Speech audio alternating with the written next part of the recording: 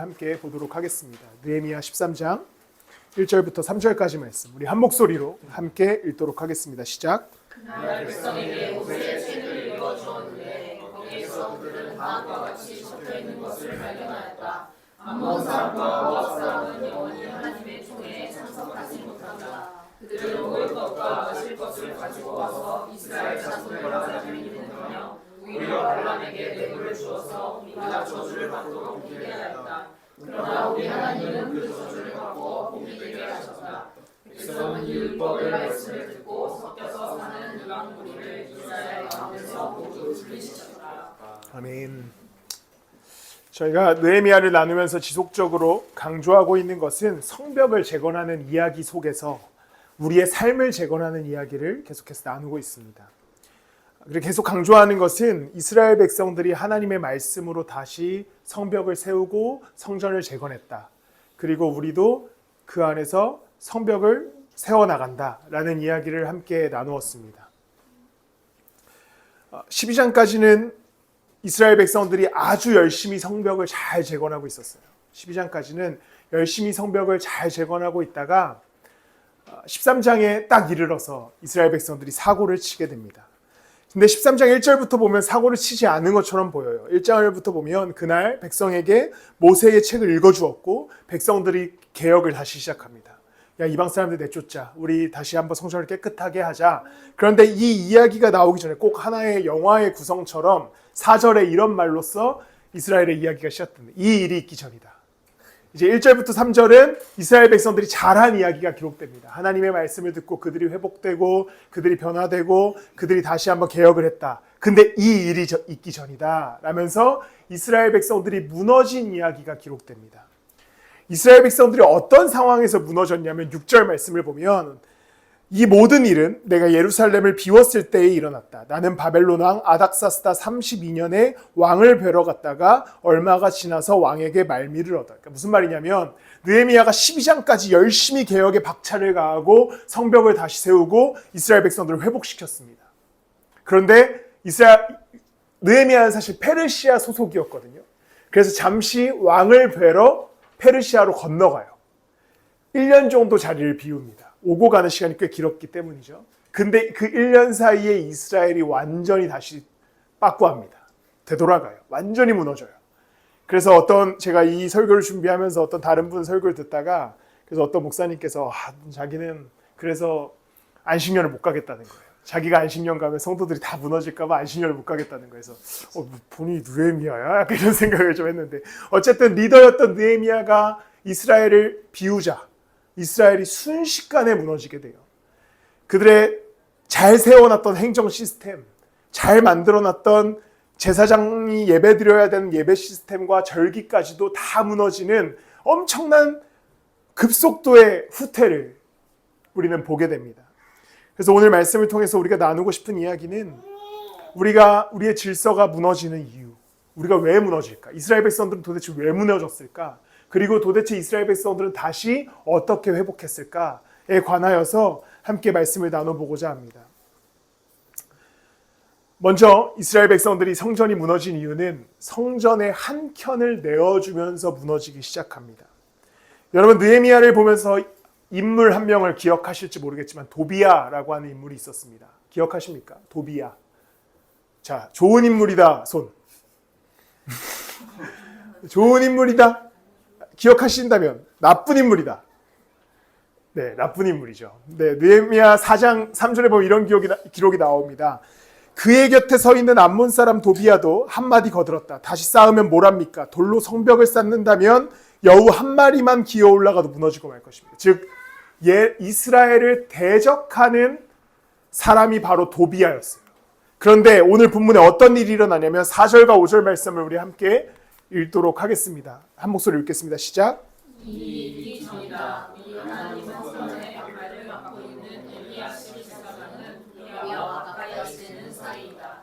그런데 그가 우리에게 큰 방 하나를 내어주었다. 그 방은 처음부터 곡식 재물과 유향과 그릇과 레위 사람들과 노래하는 사람들과 성전 움직이들에게 주려고 11조로 거두어들인 곡식과 새 포도주와 기름과 제사장들의 몫으로 바친 재물을 드는 곳이다. 성전이 있었고 방이 한 켠 있었습니다. 느헤미야가 떠나자 이 방을 관리하던 제사장이었던 엘리야십이 도비야에게 방을 내어줘요. 왜냐하면 원래 친했거든요. 엘리야십 입장에서는 도비야에게 방을 내어주는 게 그냥 하나의 호의였을 수도 있습니다. 야, 그래도 우리가 성전도 지었고 방도 많이 생겼고 우리가 이곳에서 즐겁게 국가를 세웠으니 뭐 도비야 한 명 정도 방에 초대해도 괜찮겠지 라고 생각한 거죠. 한 켠을 내어줍니다. 도비야는 심지어 이방인이었던 것도 모자라 하나님을 대적했던 사람이었는데 엘리야십이 그냥 자신과 친하다는 이유로 방 한 켠을 내줘요. 성전에 방이 많았겠죠. 정말 많은 방들이 있었을 겁니다. 그래서 엘리야십 입장에서 이렇게 생각했을 거예요. 뭐 방 하나 내주는 게 무슨 문제냐. 우리 방이 이렇게 많은데 방 하나 내줘도 문제 없을 거다라는 생각에 도비야에게 방을 하나 내줍니다. 그런데 이것은 사실 굉장히 크고 놀랍고 황당한 타협이죠. 하나님께서는 그 성전을 어떻게 만드셨습니까? 하나님의 예배의 처소로 만드셨죠. 완벽한 예배의 처소, 완벽한 하나님의 임재 장소로 성전을 지으셨는데 이 엘리야십이라고 하는 제사장이 그냥 호의를 베풀기 위해서 혹은 도비야에게 잘 보이기 위해서 어떠한 이유였는지 모르겠지만 방의 한 켠을 도비야에게 내어줍니다. 이 정도는 써도 돼요. 그런데 그것이 바로 이스라엘이라고 하는 나라가 무너지기 시작하는 시작점이 되는 것이죠. 성전은 하나님의 집입니다. 하나님이 주인 되시는 곳이에요. 그리고 하나님의 예배를 드려야 할 장소입니다. 성전이라고 하는 곳은 절대 그 누구도 어떠한 이방인도 침입해서는 안 되는 장소였습니다. 그런데 거기에 그 방 한켠에 하나님을 대적했던 도비야라고 하는 사람에게 방을 내어주는 실수를 저지르는 것이죠. 우리의 삶을 성전이라고 부릅니다. 너희가 하나님의 성전인 것과 하나님이 너희 안에 거하시는 것을 알지 못하느냐. 이 말씀 안에서 우리는 성전입니다. 우리의 삶의 여러 요소들, 여러 부분들, 여러 구역들의 한 켠을 혹시 다른 곳에 내어주고 계시지 않으십니까? 이 정도는 내어줘도 되겠지. 내가 이 땅을 살아가면서 내가 열심히 예배도 드리고 예수님도 믿고 말씀도 읽고 하니까 내 삶의 한 요소, 내 삶의 한 부분은 세상에 내어줘도 괜찮겠지. 한 켠을 내어주는 거죠. 이 방은 세상이 쓰십시오. 내 어떤 관계의 방은 하나님이 통치하지 않습니다. 세상이 쓰십시오. 내 재정적인 방은 하나님께 굳이 맡겨드리지 않았습니다. 세상이 쓰십시오. 이 엘리야십이라고 하는 제사장이 방 한 켠을 말도 안 되게 도비야라고 하는 사람들에게 타협하고 도비야라는 사람들에게 맡겨준 것처럼 우리도 우리의 삶의 일부분을 하나님이 아닌 다른 것에 맡겨주면서 이 정도는 괜찮아라고 하고 계시진 않습니까? 이 정도는 괜찮아. 이 정도로 된다고 내 성전이 다 무너지지 않아. 그러나 그들의 질서는 이 도비야라고 하는 사람이 방 하나를 차지하면서부터 무너지기 시작합니다. 이것이 하나님의 성전을 방해하는 거예요. 우리의 인생이라고 하는 것은 한 켠조차도 세상에 내어줘서는 안 돼요. 한 켠조차도 내가 하나님보다 더 좋아하는 것에 내어줘서는 안 돼요. 모든 삶의 방들, 모든 삶의 영역들, 모든 삶의 요소들은 하나님이 주인 되시고 하나님이 그 방장 되시고 그 다음에 그 안에서 이 우리의 삶의 성전을 세워나가야 되는 겁니다. 그런데 우리의 삶의 방들이 세상에 있고 나의 사사로운 감정에 있고 나의 어떤 목표와 욕망에 있을 때에 우리는 계속해서 그 방에다가 다른 것을 채워넣는 것이죠. 세상의 욕심들, 또 세상의 가치관들, 그리고 세상의 이야기들. 그러다 보니까 이 방에 막 수많은 문제들이 차다 보니까 어느 날 보니까 방에 하나님이 계시지 않는 거예요. 전혀 다른 주제지만 갑자기 그 소설가 이름이 생각이 안 나네요. 아가사 크리스티. 제목을 보면 그리고 아무도 없었다. 그리고 아무도 없는 거예요. 내 삶의 한 방에 나의 인생의 슬픔과 문제들이 들어오기 시작합니다. 고통의 문제들이 들어오기 시작해요. 나를 힘들게 하고 괴롭게 하는 문제들이 들어오기 시작해요. 그리고 그 방 자체에 그냥 고통의 문제에게 양보합니다. 들어와. 문제야 들어와. 나 지금 힘들어. 슬퍼. 나 이곳에 하나님 없어. 왜냐면 나 너무 힘들거든. 나 지금 너무 슬프거든. 하나님 들어오지 못해. 왜냐면 나 지금 너무 힘드니까. 그러면서 슬픔에게 하나님의 자리를 양보합니다.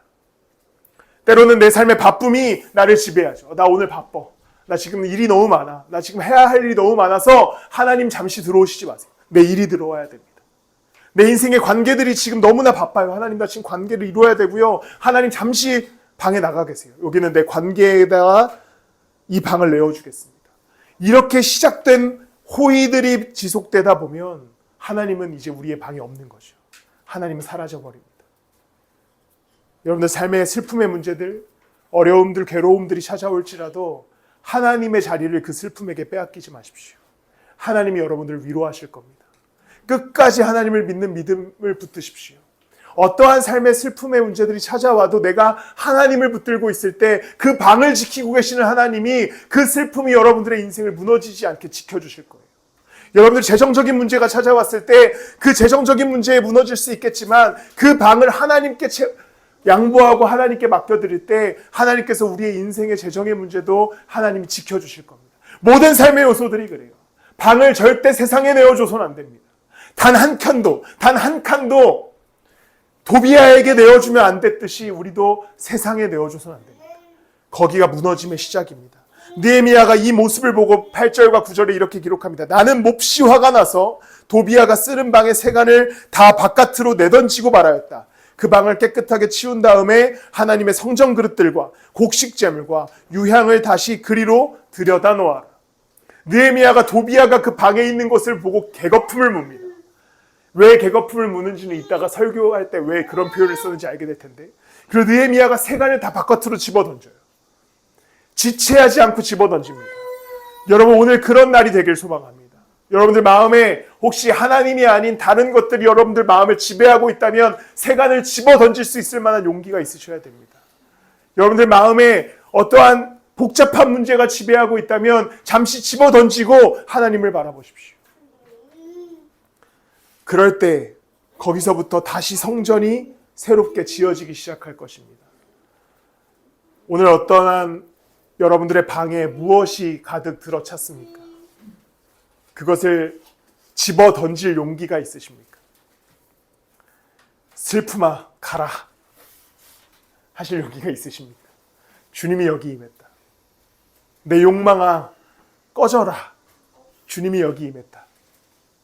내 욕심아 사라져라. 주님이 여기 임했다. 라고 할 용기가 있는, 고백이 있는 여러분들이 되시기를 예수 그리스도의 이름으로 축복합니다. 두 번째로, 방의 한 켠을 내어줬던 이스라엘 백성들은 더 망가지기 시작하는데, 어떻게 망가지냐면 성전의 용도를 바꿔버립니다. 성전은 원래 예배하는 집이지요. 성전은 원래 하나님의 집입니다. 그런데 15절 말씀을 우리가 함께 읽도록 하겠습니다. 시작.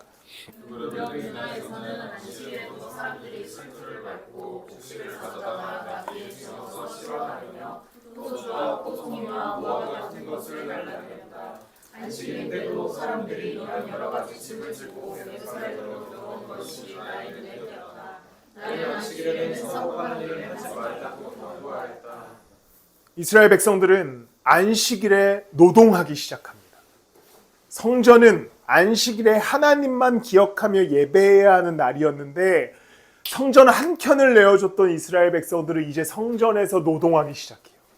노동한다는 것은 그냥 지금처럼 사실 일한다라고 하는 차원이 아니라 하나님의 말씀을 완전히 어기는 것이죠. 원래 안식일에 아무것도 하지 말았어야 했기 때문입니다.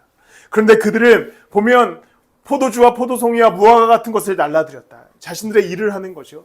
또 나귀에 지어서 곡식을 옮기는 평범한 일을 해나갑니다.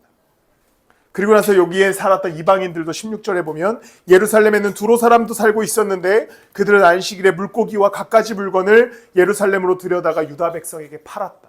이방 사람들은 성전에 들어와서 이제 장사를 하기 시작해요. 성전은 예배하는 곳입니다. 성전은 하나님을 기억하는 곳이죠. 성전은 하나님만 묵상하는 곳인데 여기가 어떻게 변하냐면 이스라엘 백성들이 노동하는 곳으로 변하고 이방인들이 장사하는 곳으로 변합니다. 용도가 완전히 바뀌어요.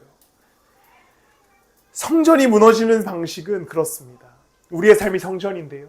우리가 하나님을 예배하며 살아가야 되고 하나님을 기억하며 살아가야 되고 예수 그리스도의 그 십자가 아래 거하며 살아가야 되는데 우리의 삶에 여러 문제들이 우리를 쳐들어올 때 또 여러 우리의 삶에 복잡한 일들이 들어올 때 아니면 나의 일들이 들어올 때 나의 바쁨이 들어올 때 예배하는 장소가 아니라 내 일 처리하는 장소로 바뀌는 것이죠.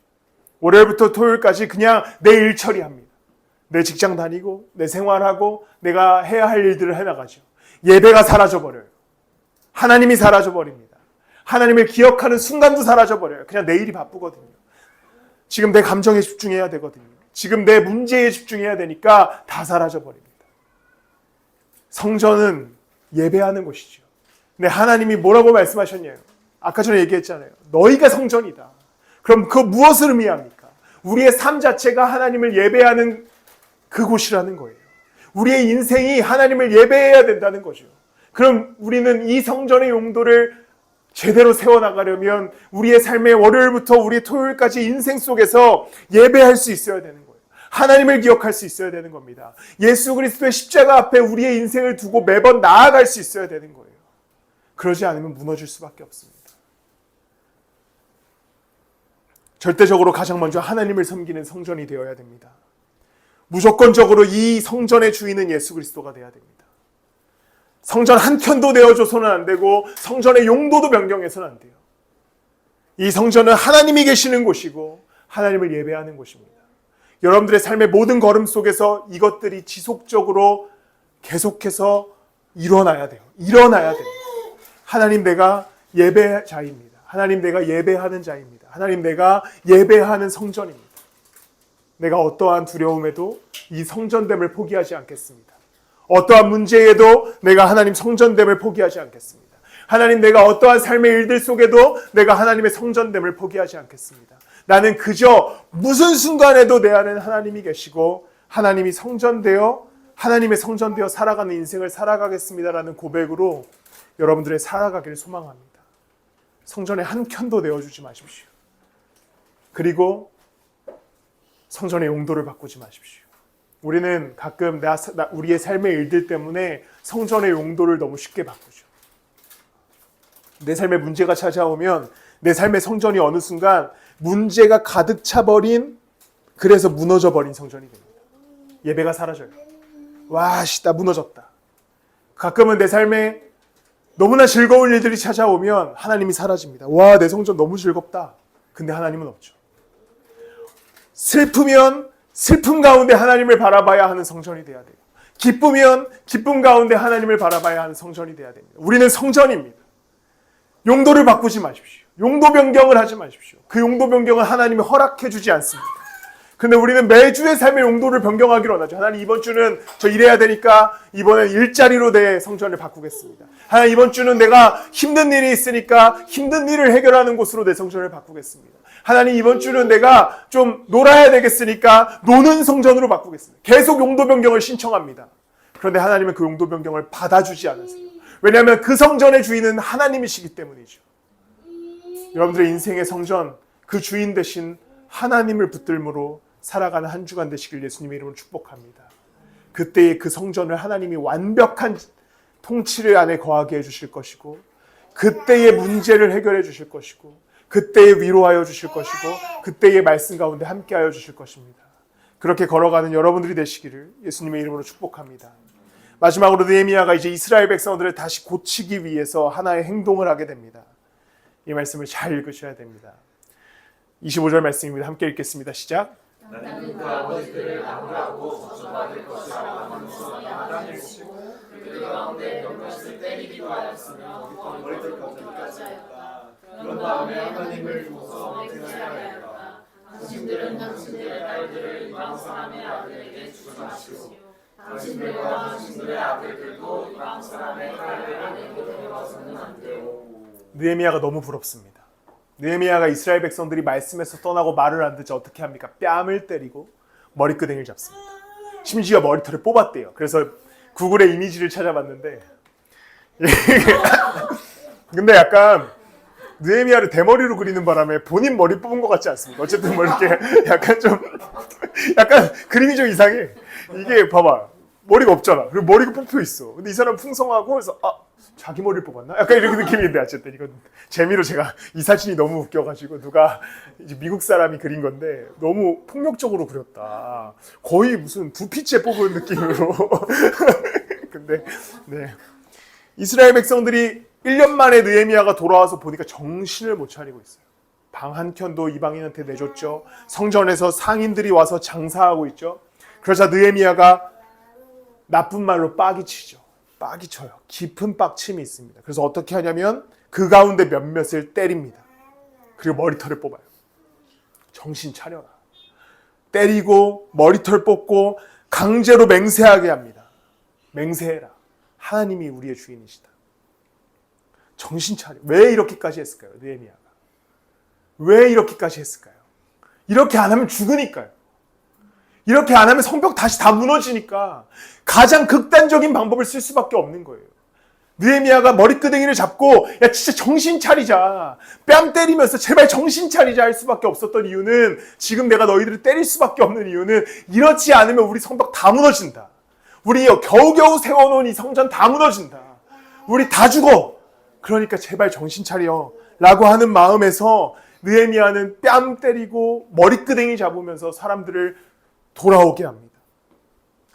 여러분 가운데 하나님의 말씀이 여러분들의 머리끄댕이를 잡고 계십니까? 하나님의 말씀이 여러분들의 뺨을 때리고 있습니까? 수없이 여러분들의 뺨을 때리고 수없이 여러분들의 머리끄댕이를 하나님의 말씀이 잡을 때 혹시 뿌리치고 계시지 않으십니까? 이거 뭐지? 때렸네? 라고 그냥 뒤를 돌아가는 거죠. 하나님의 말씀이 머리끄댕이를 딱 잡아요. 그러면 자르고 가야겠다. 이러고 가고 계시지 않습니까? 하나님의 말씀은 살아있어서 심지어 느헤미야는 머리끄댕이를 잡고 뺨을 때리지만 하나님의 말씀은 히브리서에 어떻게 기록됩니까? 좌우의 날이 선 검과 같다. 영혼을 쪼개고 비튼다. 이 말씀이 여러분들의 머리끄댕이를 잡을 때, 여러분들을 때리기 시작할 때 변화돼야 됩니다. 돌아와야 됩니다. 돌이켜야 돼요. 그렇지 않으면 무너집니다. 저는 그래서 이 말씀을 묵상하면서 어떤 묵상이 있었냐면 내가 우리 성도들 머리끄댕이 좀 잡아봐야겠다. 설교 가운데, 예배 가운데, 말씀 가운데, 말씀을 가르치는 가운데 머리끄댕이 좀 잡아봐야겠다. 그래서 사실 원래 주영이한테 카톡을 할 거였어요. 했어요. 주영아, 내가 설교 중에 머리끄댕이 한번 잡아도 될까? 약간 퍼포먼스로. 근데 생각해보면 머리끄댕이 잡는 게 아무리 짜고 쳐도 기분 나빠. 짜고 쳐도 기분 나빠. 그래서 내가 이걸 주영이한테 했다가 주영이가 오케이 했겠지만 진짜로 잡았어. 그럼 주영이가 갑자기 정색을 하면 안 되겠다. 하지 말아야겠다. 그 정도로 머리끄댕이 잡는 게 기분이 나빠요. 그런데 오늘 느헤미야가 정신 못 차리는 이스라엘 백성들 머리끄댕이를 잡습니다. 여러분, 저는 하나님의 말씀으로 이 살아있는 하나님의 말씀이 여러분들의 머리끄댕이를 잡는 일이 됐으면 좋겠습니다. 머리끄댕이 잡혔을 때 순종하십시오. 머리끄댕이 잡혔을 때 회피하지 마세요. 화내지 마세요. 여러분들이 하나님의 말씀이 여러분들의 심령을 쪼개기 시작할 때 쪼개지지 마 나는 말씀으로 절대 쪼개지지 않을 거야. 버티지 마십시오. 말씀이 선포되고 여러분들이 말씀을 읽어나가고 하나님의 말씀을 공부해 나가고 배워나가고 묵상해 나갈 때 여러분들의 삶에 움직이는 것들이 생긴다면, 변화시키는 것들이 생긴다면 그때에는 순종하셔야 됩니다. 그것이 여러분들의 인생을 변화시키는 방법이에요. 느헤미야가 이스라엘 백성들을 변화시키기 위해서, 그들을 제발 무너지지 않게 하기 위해서 그는 때리고 머리를 뽑는 일을 결정합니다. 그가 할 수 있었던 최선이었죠. 여러분들의 삶이 느헤미야가 가졌던 그 애타는 마음으로, 또 저도 목사로서 설교자로서 애타는 마음으로 여러분들에게 부탁하는 것은 하나님의 말씀이 선포될 때에 그것을 진리로 받아들이시고 무너지지 마시길 바랍니다. 하나님의 말씀이 여러분 가운데 선포될 때에, 여러분들의 머리끄댕이를 잡을 때에 잡히신 채로 그냥 무너지지 마시고 이제 돌이키시길 바랍니다. 살아있는 하나님의 말씀이 여러분들의 인생 가운데 선포될 때에 외면하지 마시고 뒤돌지 마시고 말씀 앞에 나아가 순종하는 여러분들이 되시길 바랍니다.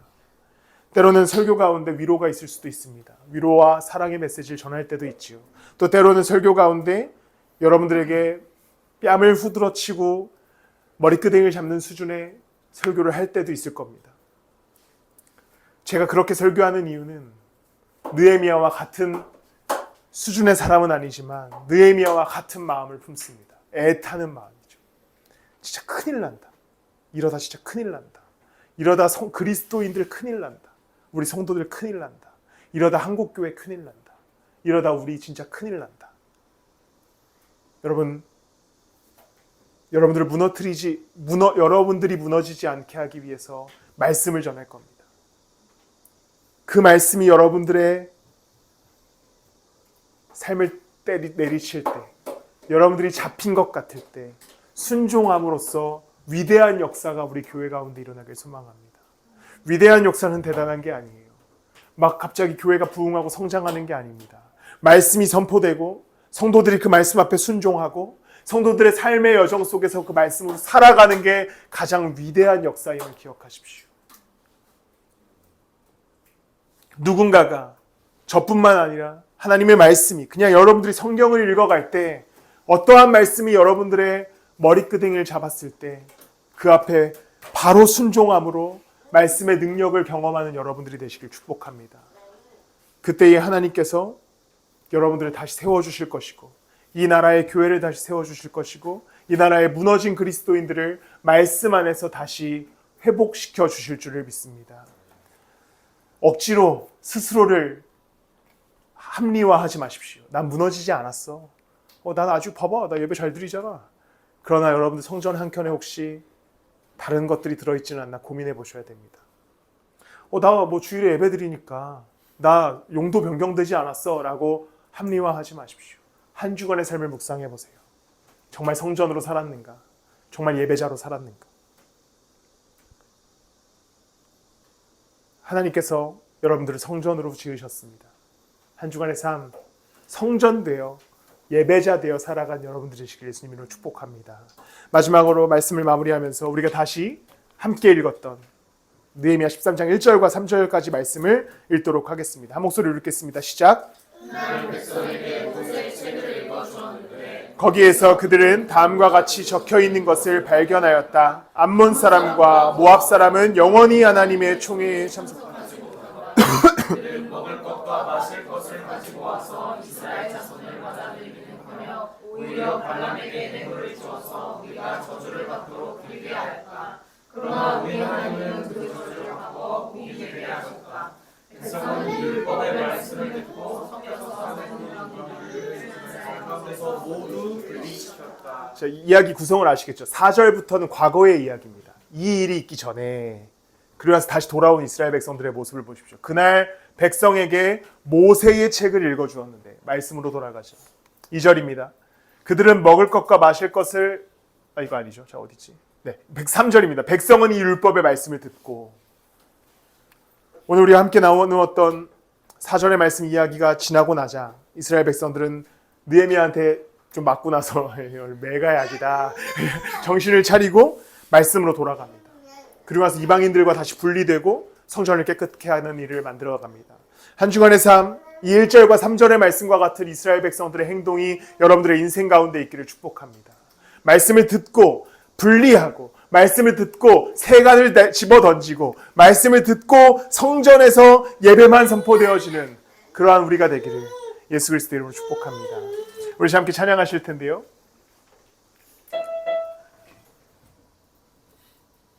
우리 아까 했던 찬양입니다. 네, 이곳에 임하신 하나님 나라.